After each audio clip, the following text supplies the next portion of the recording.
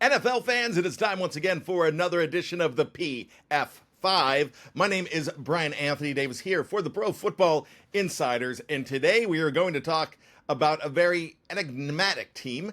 It is the Indianapolis Colts, and they represent the AFC South.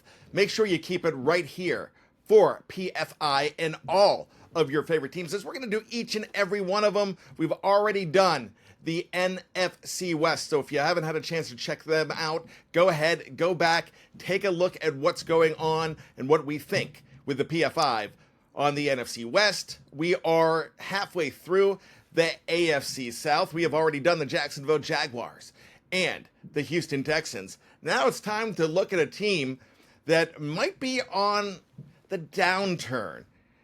They were 25th overall in a ranking recently by ESPN on the starting lineups coming into 2025, and they were 8-9 last season. But we're going to talk about Shane Steichen's team and why this might be a rough year in Circle City. Let's start with number one, and it's a no-brainer. It's Anthony Richardson. Now, his hand will be fine. He injured it against the Baltimore Ravens. I believe it was a finger. He's going to be okay. X-rays came back clean, but this might be the worst combination of quarterbacks in the National Football League. Richardson last year, 48% completion rate. Joe Flacco was better than him last year. They jettisoned him off, and Richardson stays. They bring in Daniel Jones, late of the Giants and the Minnesota Vikings, and Daniel Jones fared okay coming into the preseason game against Baltimore, but did nothing to knock your socks off. This is a tough go, and this is a go that could bring everybody else down in the AFC South's Indianapolis Colts. All right, let's talk about number two. Thank goodness that these guys have some quality hands to throw to. I'm talking about Alec Pierce and definitely Michael Pittman Jr. Great. There's another guy here. We're going to talk about him in a second. But between Pierce and Pittman, P&P, these guys are very good at not only getting open, they had both 800 yards plus last season. This is a very good wide receiver room, but again, it's tough when you have nobody to throw to them. Here's another guy that I think is going to be a great weapon for whoever the quarterback in Indianapolis is going to be. It's number three. It's Tyler Warren. Now, Tyler Warren out of Penn State, or like I like to call them right now, Tight End University. I'm not talking about Travis Kelce's big party he has every June. I'm talking about the fact that they have had 4 picks in the last 7 years, second or better. They have had 3 2-round draft picks, and 3 second-round draft picks, and 1 first-round draft pick in Tyler Warren out of Penn State.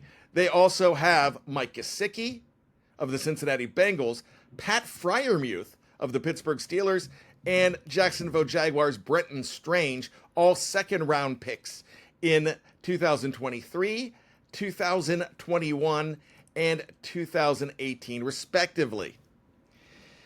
Tyler Warren, though, could be the best of the bunch, and he is very exciting. He broke records at Penn State. Warren looked fantastic in the preseason opener against the Baltimore Ravens in his debut, but could Warren get open and do exactly what Brock Bowers did last year in Las Vegas? Well, this is what they're hoping to happen in Indianapolis. Tyler Warren, number 44, he's a guy to get to know. And I believe there was another number 44 at tight end in the last 20 years for the Indianapolis Colts who's pretty special. And that was another Big Ten guy, this time from Iowa. You might remember him. I'll just see if you can figure out who I'm talking about. Let's go to number 4. This is a strength of the team. It's DeForest Buckner and the interior defensive line.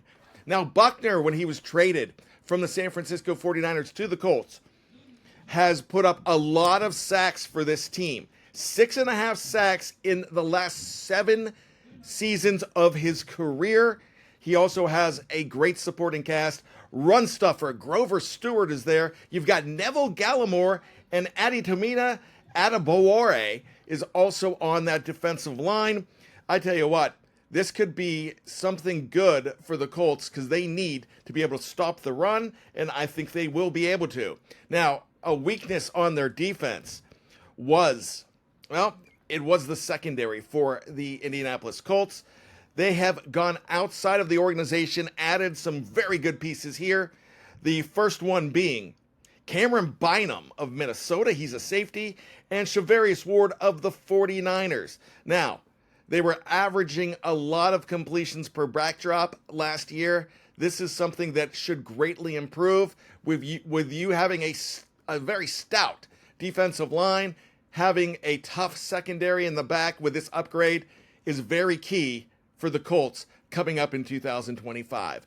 That's 5 things to get to know about the Indianapolis Colts, and I am so happy to have you along with us here on the PFIve for Pro Football Insiders. My name is Bryan Davis. Thanks for listening, and as always, you know it, go football.